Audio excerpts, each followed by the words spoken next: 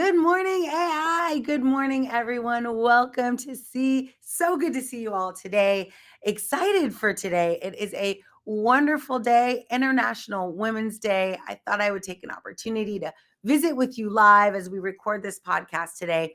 My feeds on all my social media channels are just full of celebration and excitement, but also full of some messages of maybe concern that it's not just about bubble baths and roses and flowers and crowns for our friends and women that we know, but also that it's a reminder, maybe more of a declaration that gender parity is not nearly where it needs to be. That in, I will tell you, over the last, I don't know, 3 months, I've spent time in executive boardrooms across the world, as well as on some of the largest stages in the world. I was recently at the International Builder Show, Home Builders, where I found out that we are facing a crisis in home building, that we are 400 million units short of having enough housing. And I look in that room and I see a very homogeneous group of people.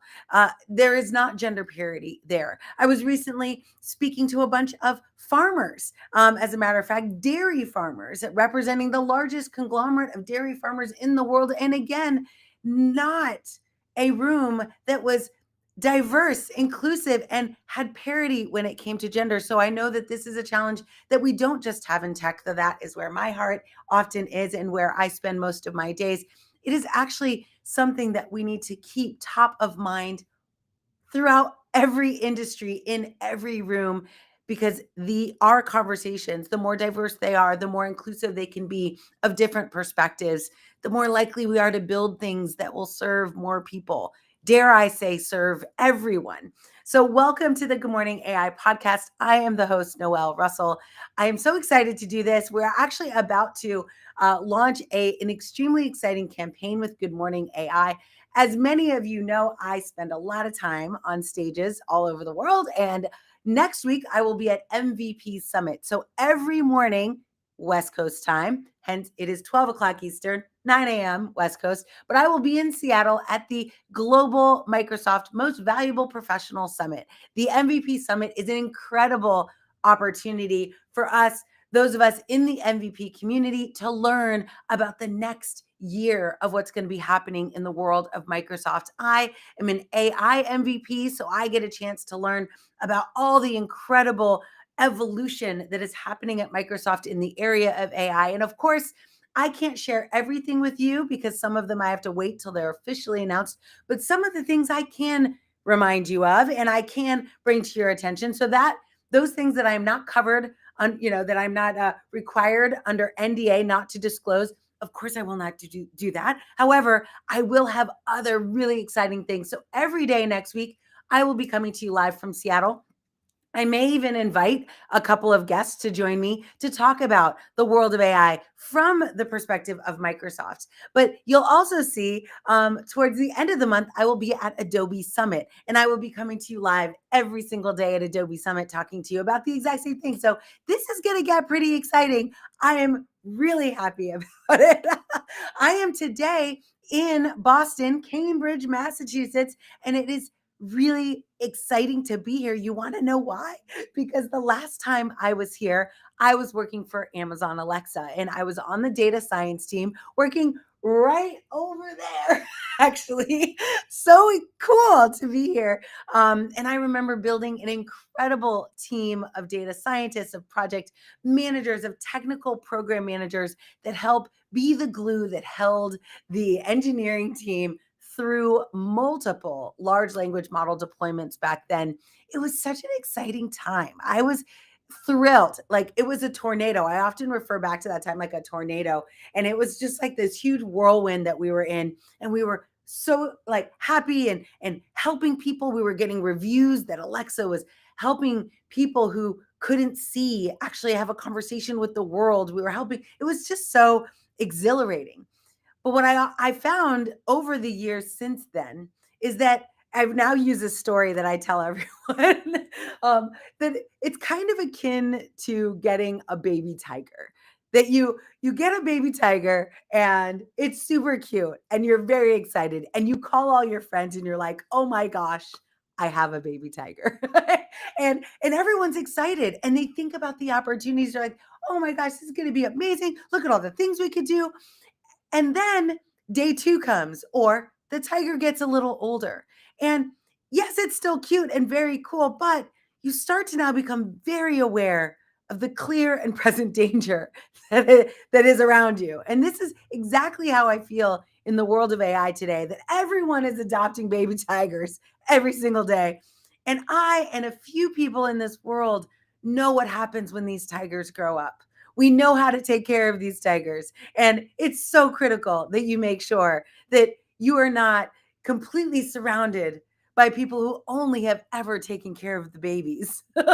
Like, you want to make sure that you are surrounding yourself with a community of people that have built and productized AI in a real way, because we ask different questions and we ask them at different times. And I think it's just such an important thing. I'm watching the excitement. Many of us know it's called the hype cycle for a reason. We're watching this hype cycle, but many of us also know that day two is coming.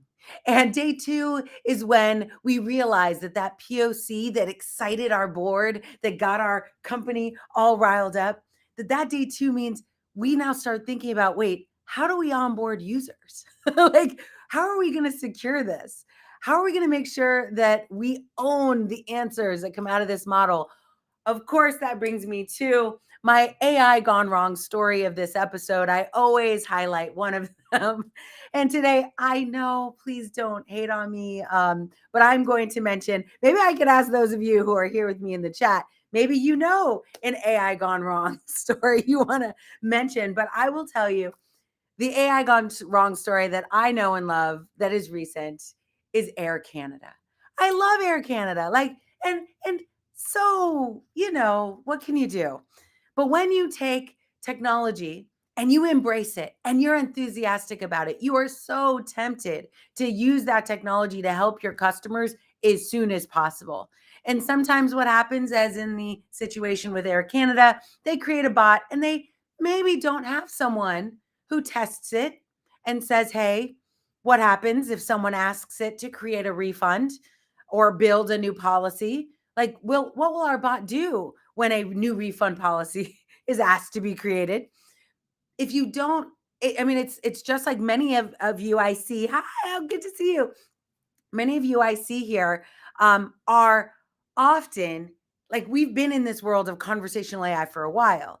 And in the early days of conversational AI, like my time at Alexa and my early days at Cortana at Microsoft, like, I remember I was not as worried about what my bot would do.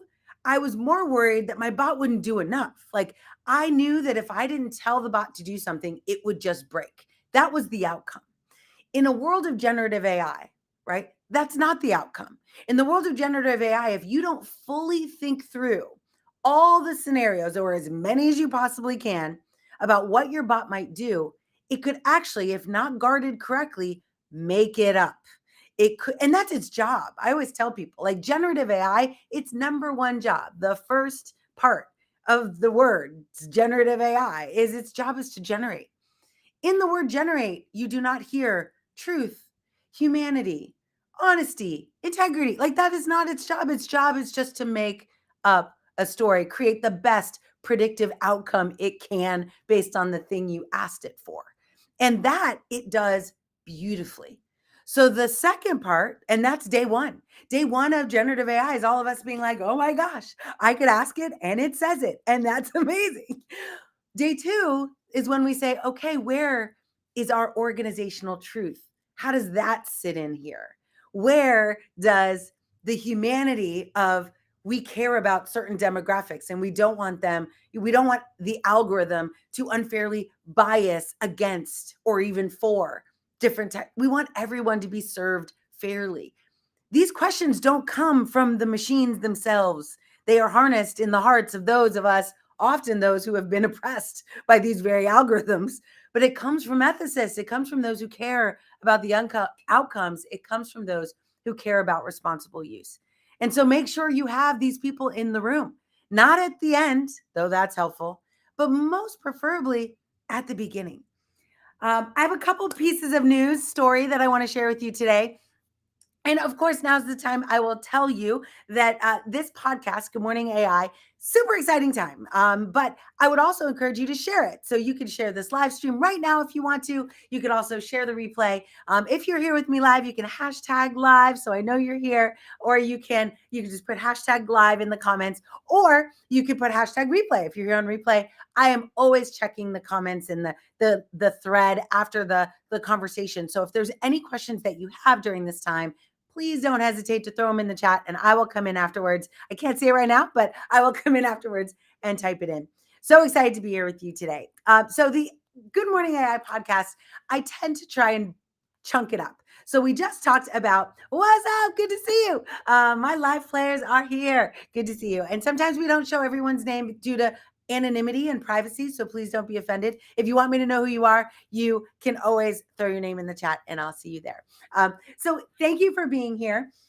One of the sections that we always talk about is, of course, AI gone wrong. So Air Canada, yeah, had a bad day in air quotes, right? Had a season where they're like, wow, we didn't expect that. We didn't test for that. We didn't ask that.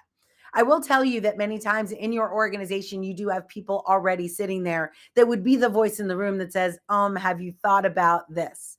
The challenge is how do you embrace those ideas? And one of the things I always encourage, and I have encouraged for the last decade, is that when you build something, what's up, Raza? When you build something, one of the things that you want to do is you want to make sure that you include as many people in your company as you want. Like they are perfect beta testers for a technology.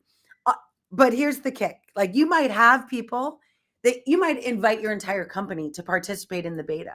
But unless you have a culture inside your company that encourages people to raise their hand and say, I think you should think differently about this. You probably want to put some guardrails around refund policies. Like unless you create an environment that invites those people to raise their hand and say something, you might get everyone to test it, as I've seen very large, very mature engineering orgs do, but then not have a culture to actually listen to the feedback when it comes in. And that's a bit of a disaster when you are on that team because you know people are telling you what's wrong, you know what you want to do, but you do not have a leadership that is willing to pause and listen to you. And in the world of AI, this is critical. It will make or break you. Now, Air Canada will recover from this as Microsoft recovered from Tay, right? We remember that poor bot. I mean, for goodness sakes. I mean, BlenderBot 3 was released by Meta last year, and I think it became sexist and racist in less than 3 days. And no one knew about, like, it wasn't being advertised. It was 3 days and it wasn't a huge amount of people that were using it. So we know we have a problem here. I mean, of course, I'd be remiss if in Good Morning AI, we did not talk about the latest Google debacle. I'm still a little irritated with how they responded. Like, we missed the mark. Like, yes, of course you missed the mark. And for those of you not familiar with the story, you should Google it. No pun intended. But Google recently launched a new service, a new amazing Gemini capability, image generation. But as the image generation started to be used by hundreds of thousands, millions of users, it started to have some weird behavior. Some algorithmic biases started to seep into what it showed us, and it began to demonstrate very strange, history altering imagery. When asked, well, I won't steal its own thunder. Please go take a look at it. But the reality is that the model was broken. The model was somehow not delivering on the results that was promised, probably when they announced that feature to the leadership board at Google. So now we have a situation where the model is kicking out bad data, but you're doing it in production. So this is the world I live in. I try to help companies not test their code in production. Don't test AI in production. I remember as a joke, I used to have a t-shirt, a black t-shirt with right writing. Some of you might remember it, where it would say, I test my code in production. It was a joke. Like it was not intentional. But we're doing that now with AI. We are putting things into production and letting our customers and our partners tell us, by the way, that's kind of messed up. I don't think it's right. You might want to take it down.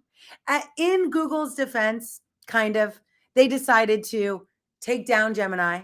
They realized there was a problem with the algorithm, and they will fix it and launch it again, I'm sure. But the challenge I have, or the concerns I have with that, is that their accountability to that, like, they're not the first model to fail in this way, right? I don't know if you remember, but over COVID, we had a lot of computer vision models going to market from the largest tech companies in the world. And a research study was released that said, hey, you're kind of broken. You don't see color. And that's a problem. When I type in CEO, I expect to see a bunch of people, a symphony of talent. I don't expect to see just one gender, one color on page after page. So after that study was released and those companies were notified, those companies had a choice. They could train their model, make it better over time, and fix that. I mean, I always say a model is not broken.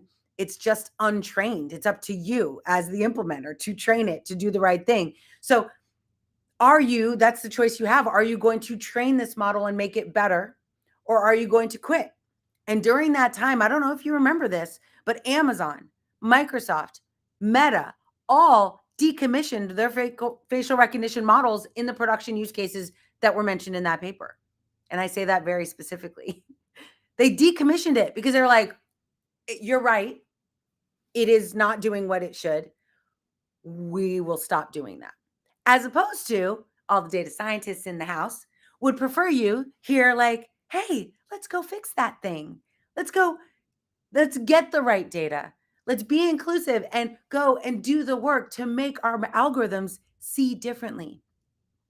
Instead, those projects were deprioritized. Happy International Women's Day.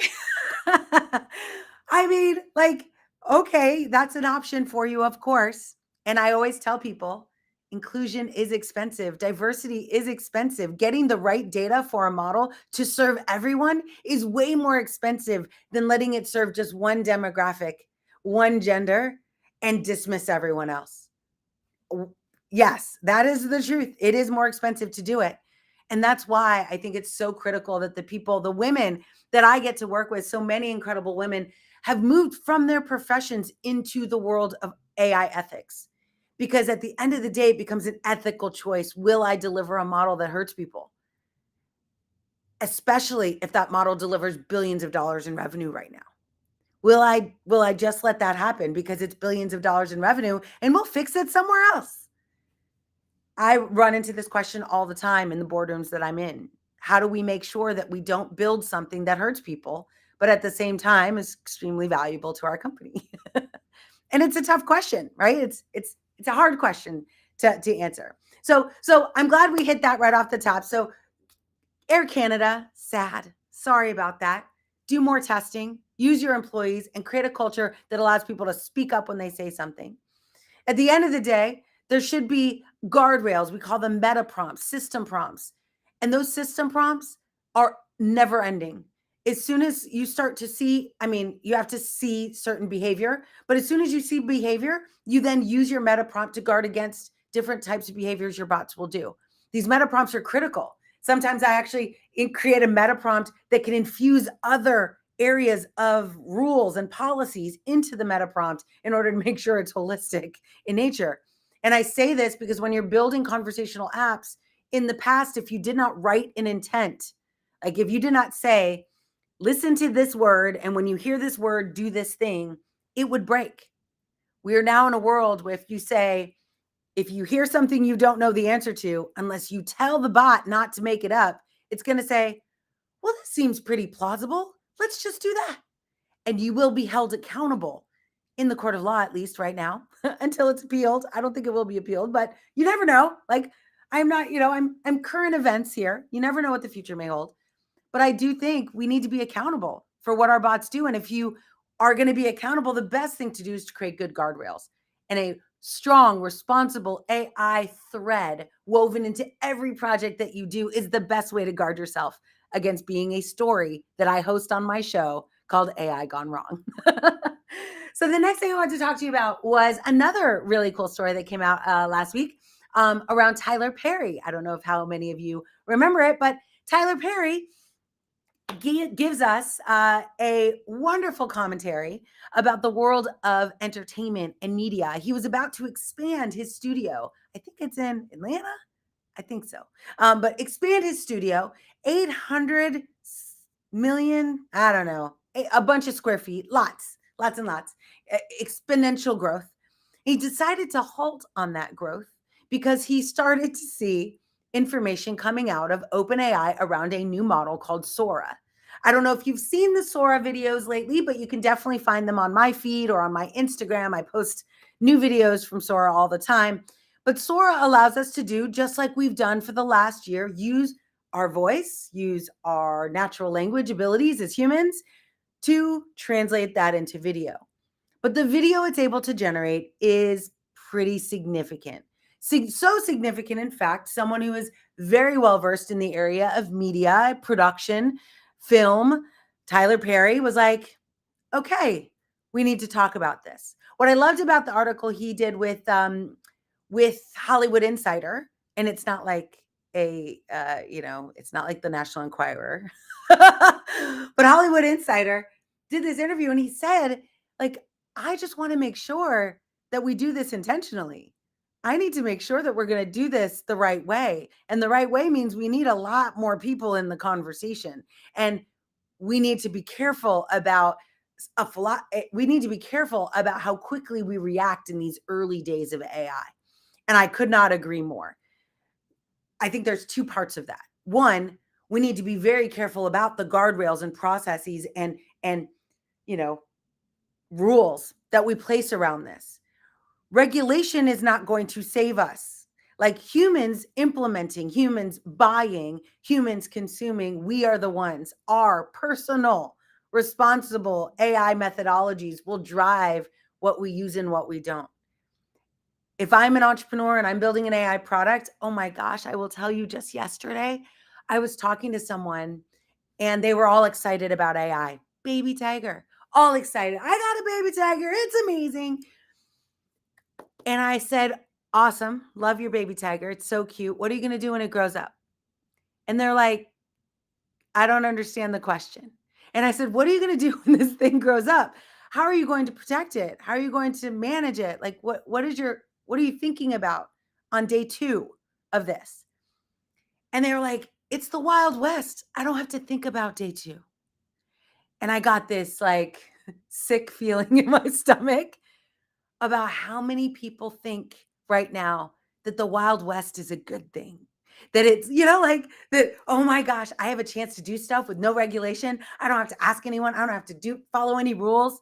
I could just do it. Anyone seen the new technology Air? I think it's called Air. It might be Air.ai, Air.io. I can't remember. And I like it actually. I think it's cool. It is a human voice, has a conversation with you. I'll show a video for it on the next episode, maybe if I'm doing a video version of this podcast. But it shows you these things. And like, it's a human voice, very natural language, synthetic human, but very natural. And it has a conversation with people. So it dials, robo-dialer, 10x. Robo-dialer calls you, but it sounds like a nice man from Australia. Is Alex his name? I can't remember. And he talks to you, and he has the ability to learn as you talk. If you're kind of playful in your banter, it'll become playful. If you're kind of dismissive, it'll be slightly dismissive. It's great. It mirrors you just like a good salesperson. It mirrors you in order for you to stay engaged in the conversation. And it does all the things a good salesperson would do. It knows how to do objection handling. It knows how to get you to say yes to whatever the action is. Take a call. I remember the one I watched was about helping somebody buy Apple Vision Pros. And the number one objection to Apple Vision Pros is that they're expensive. And so this bot, Air, is trained now specifically for this sales conversation. We can train it to battle that objection, to overcome that objection. And you listen in this video, you watch it overcome the objection. And he's like, well, I mean, you do know we have a payment plan. This is the bot. you do know we have a payment plan, right? The guy's like, you do? Yeah, yeah. And it's actually, tiny bit of money over, it starts to use these very casual words when the conversation is going in a casual direction, but still aligns to the sales message. Would you be interested in that? Do you think that'd be cool? Do you think that'd be cool? Like, it doesn't, I'm like, why would you say that? But it's using the vernacular of the person that they're talking to. So it makes all these predictions about what it thinks this person would want to hear, which is all good until, and I'll just say this a bit in jest, until you end up getting with a Jordan Belford before prison. Like, if you are talking to someone who's going to use these techniques to hurt people, to make them do things they don't want to do, they can't afford to do, they don't know enough about, like, who's going to protect those people? I mean, I'm going to try and protect them, but like, this is the world we are in right now. But it's not, are you the one person like Jordan Belfort who's really, really good at this? This is mass producing it at scale and putting a freemium on it so you can use it for free before like you could start building persuasive conversations to sell people on unethical services right now for free. And that makes me worry a little bit. But it's a happy day, right? Happy. I actually don't put the word happy unless I'm using an emoji or a GIF on Instagram that already has it in there. I don't typically say Happy International Women's Day because it's not a holiday. I'm trying to bring awareness to the fact that gender parity doesn't exist. And even in companies that have claimed and really done good work at attempting gender parity in their organizations, I get really disappointed because they're like, oh my gosh, we're at 42% gender parity. I'm like, great. And then I go and look at their board, or I go and look at their executive suite, or I go and look at just their managing directors. And I'm like, well, and I'll ask them because I'm that person, why isn't there gender parity in like the leadership side? And they're like, oh, no, we're just doing gender parity in the workers, not the leadership. I mean, just in the people that work for us. And I was like, oh, so now we're going to achieve like inclusiveness, right? We're going to hire brown people and Black people and women, but we're not going to do that in the leadership. I mean, all of a sudden I'm again sick feeling in my stomach. So that's why I do what I do. Like, I get on stage and I say, it's not enough to hire women and minorities or women and people of color into your organizations to do your work. We need leaders, we need executives, we need CEOs, we need founders that represent a symphony of color, a symphony of talent, a symphony of neurodiversity. Like, it is the best outcome. We build the best software when this happens. We now know that. We know we've built software with these teams and it turns out great. So now that we know this, how do we do more of it? And I think a lot of it's a bit of a misconception that one day a year we're going to say Happy International Women's Day. But let's also fix parity in pay. Let's also fix gender parity at the executive level. I think we've got a long way to go, but I'm still pretty optimistic about it. Y'all know me. I'm an optimistic person. Okay, so we've talked about Air Canada, AI gone wrong, so sorry. We've talked about now Tyler Perry and indirectly Sora. And so really exciting stuff. Maybe last thing, okay, I got two more things. One of the last things I'll talk to you about is around AI regulation. And one thing I'm going to share with you, especially because some of you will listen to this later, and you might be an executive or you might be leading up a new team. Hopefully people won't get mad that I'm about to say this, but I take every recruiter's call, even though I might not necessarily be in the market. And the reason I do this is because I'm so fascinated about the teams that we're building. And I really want to help those recruiters, those hiring managers. I want to help them find the right talent. And I want to know, are you valuing building a diverse team? And remember, I said inclusion is expensive. It's expensive in the recruiting world because it takes a long time to find the right talent. Are you going to take the right time to find that talent? Are you going to develop that talent? Are you going to look for people who have that's what happened to me at Alexa. I didn't know AI when I started, but someone saw in me the pattern that I had where I got into, I remember I was hired early in my career as a as a small talk programmer and I was teaching small talk. And then they were like, oh, next, we're going to have you teach Java. So I learned Java and it was hard. Don't get me wrong, but I learned it. And then after I learned Java, I got, I was in the WebSphere world. I became one of the best WebSphere experts in the world at that time. There wasn't a stack trace in WebSphere I could not detect. And I then learned about service-oriented architecture and web services, and I became an expert. Like throughout my career, I then went into cloud and got aligned with AWS and became a cloud architect and a principal cloud architect. And so I became an expert in cloud infrastructure, master data management. Like everywhere I went, I knew how to acquire knowledge and use it practically. And this is exactly what the Amazon Alexa team needed back then. They did need someone who had 20 years of experience. They had tons of really great data scientists. I'm not a data scientist, right? I mean, I guess I am in the sense that I love data and I build algorithms. Like I do the work of data scientists sometimes, but like I'm not a classically trained data scientist. I'm a practitioner. I'm a applied AI specialist. And so I want to take all this amazing work that our data scientists are doing and apply them to business problems. And when I do that, magic happens. But at Amazon, like they saw I could make magic happen with Java, service-oriented architecture, cloud. They're like, come sprinkle some of that over here. And I got to help launch Alexa. And that was amazing. Like that was part of the journey, but they didn't hire me because of my skills in the tech at that time. They hired me for aptitude. So when I talk to teams that are acquiring people in the world of AI, I always say, like, look for patterns of learning aptitude. This is a learned skill. The people who learn the fastest will win the game. And so, and I mean, learn, not just learn the 101 hype stuff. I mean, continuously learn. The continuous learners win in this new world. And I love it. Thank goodness. Finally, we're in that world. So AI regulation has come out recently, and I just wanted to bring it to your attention that I think it's a great thing.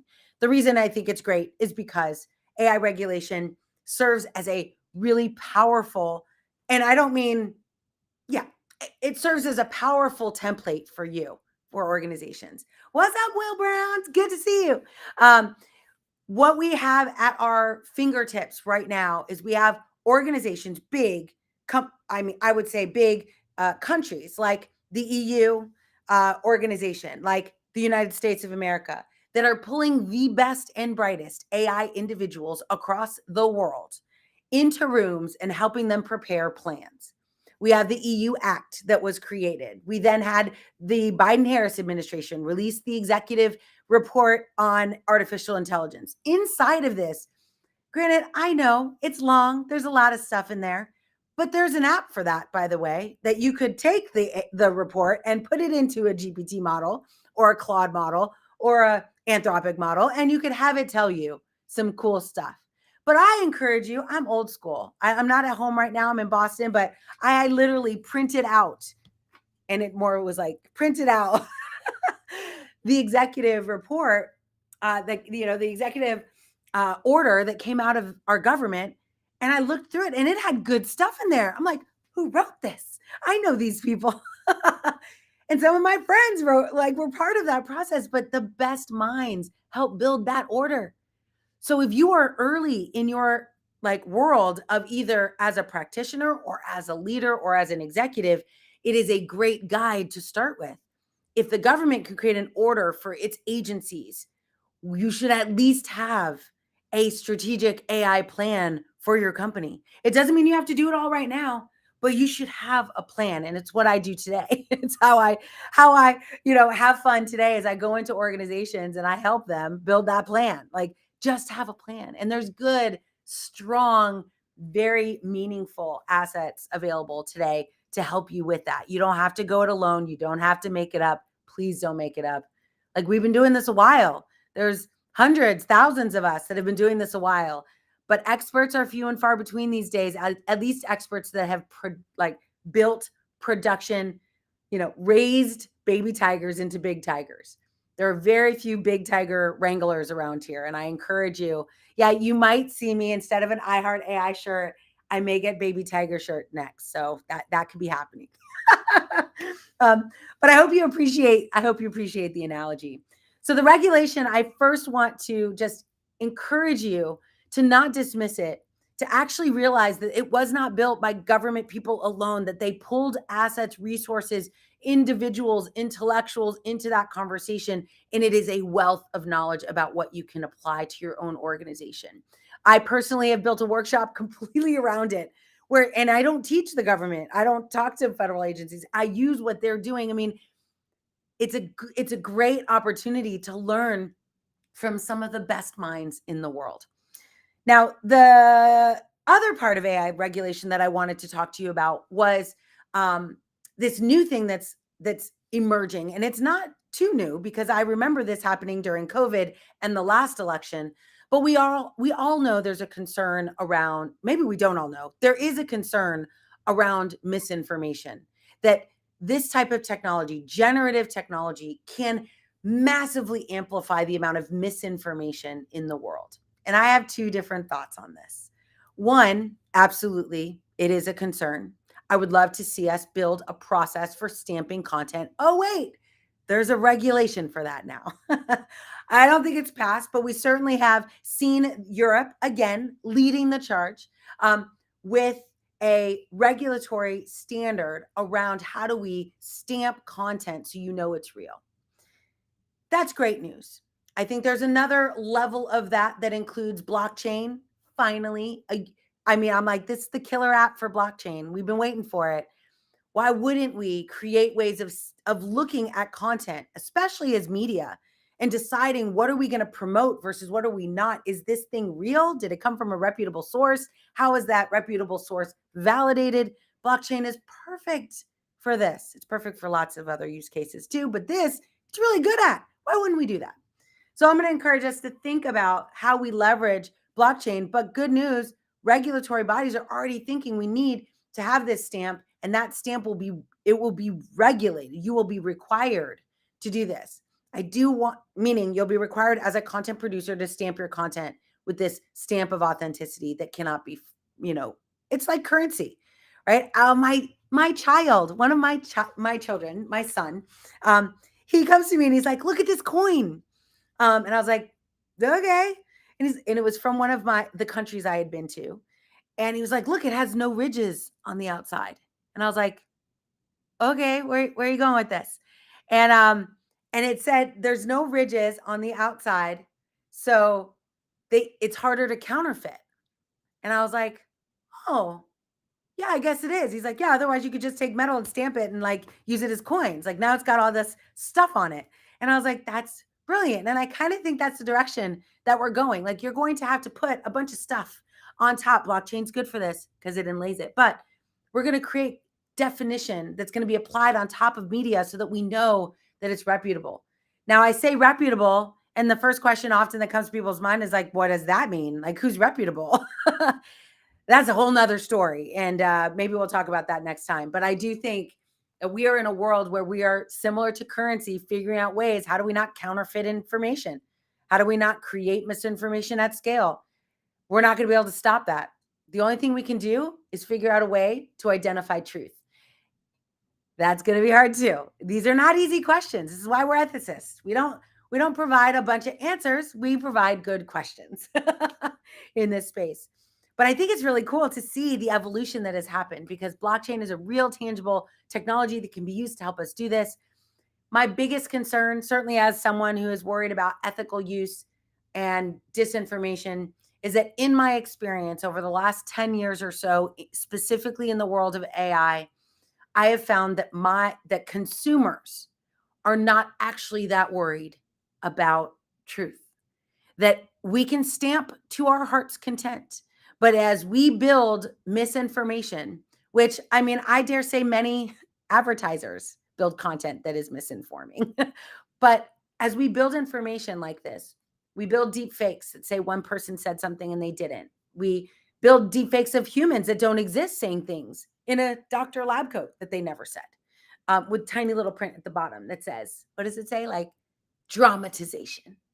Like, we actually don't care that much about the truth as humanity. And this is bigger and worse and much more alarming. So oftentimes I say, yes, of course, we need to build good AI systems. We need to apply a lot of the things I've talked about in the last half hour with you. We need to apply those things.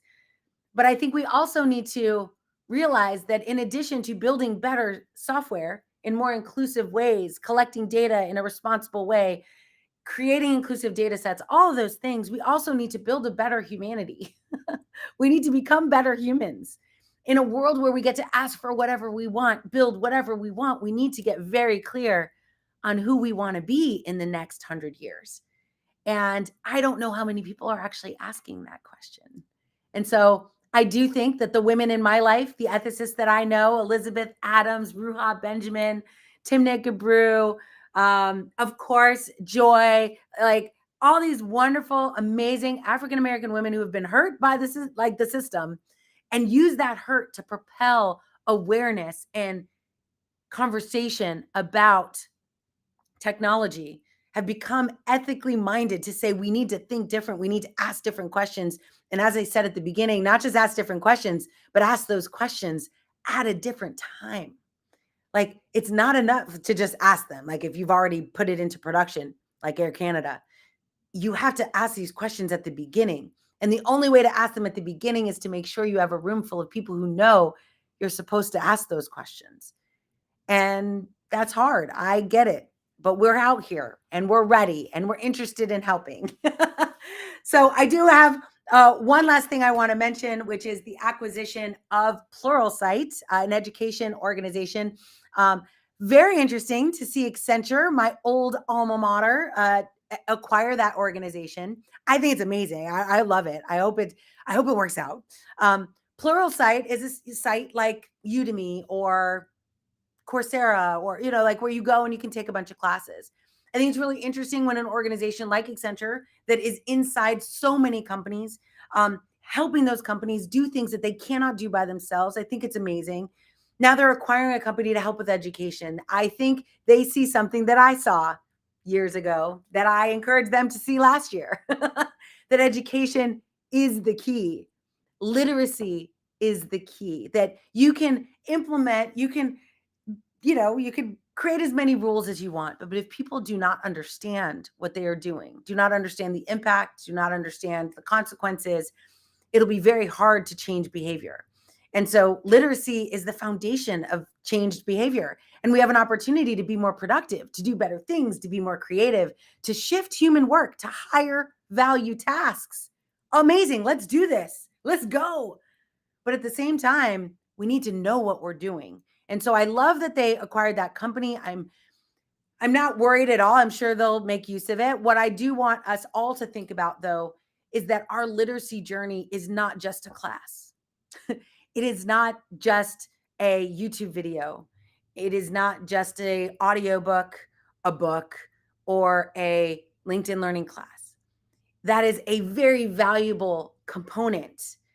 But one of the most important things I have found is the power of intellectual curiosity, community, questioning, like teaching what you learn, and then getting feedback.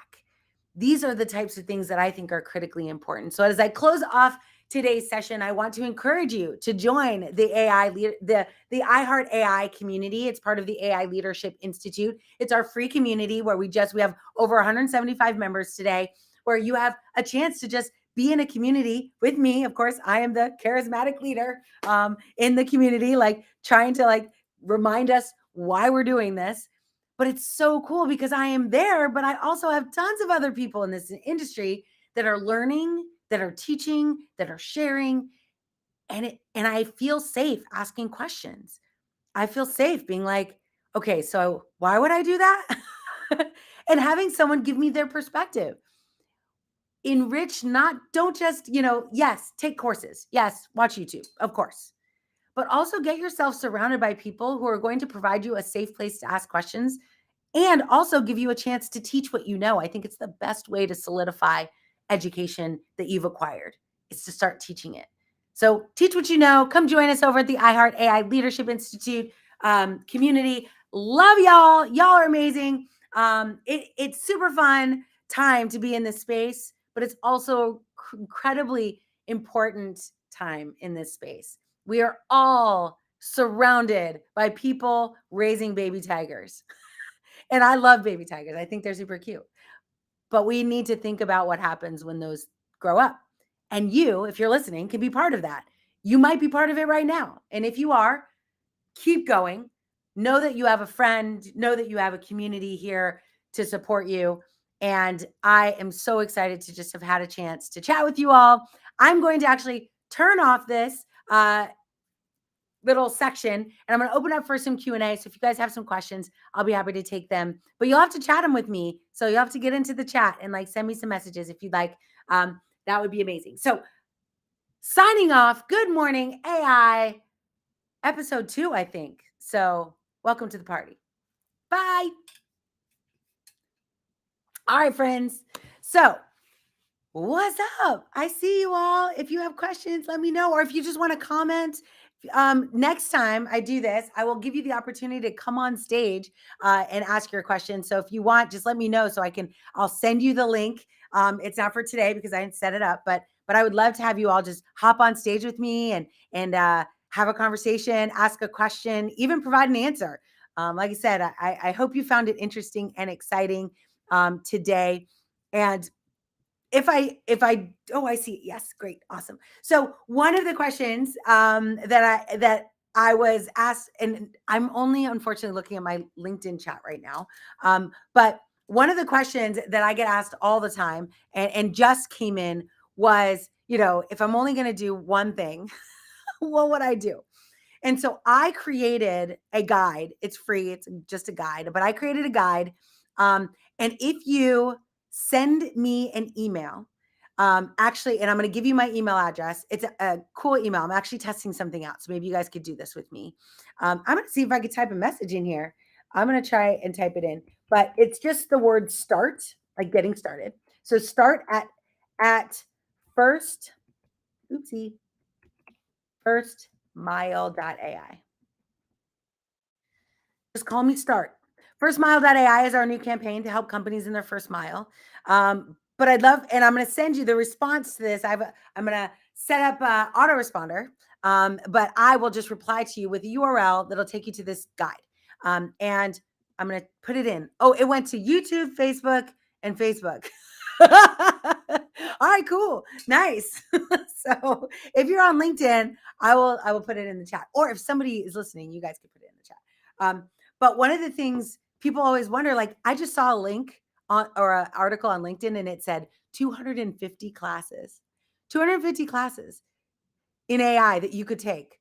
Like I mean, I'm sure they were trying to be helpful, but what are you going to do with that? One thing I do want to remind you is that like humanity, certainly Americans, when we buy books, less than 10% of us finish the books we buy. Less than 10% of us finish the courses we start.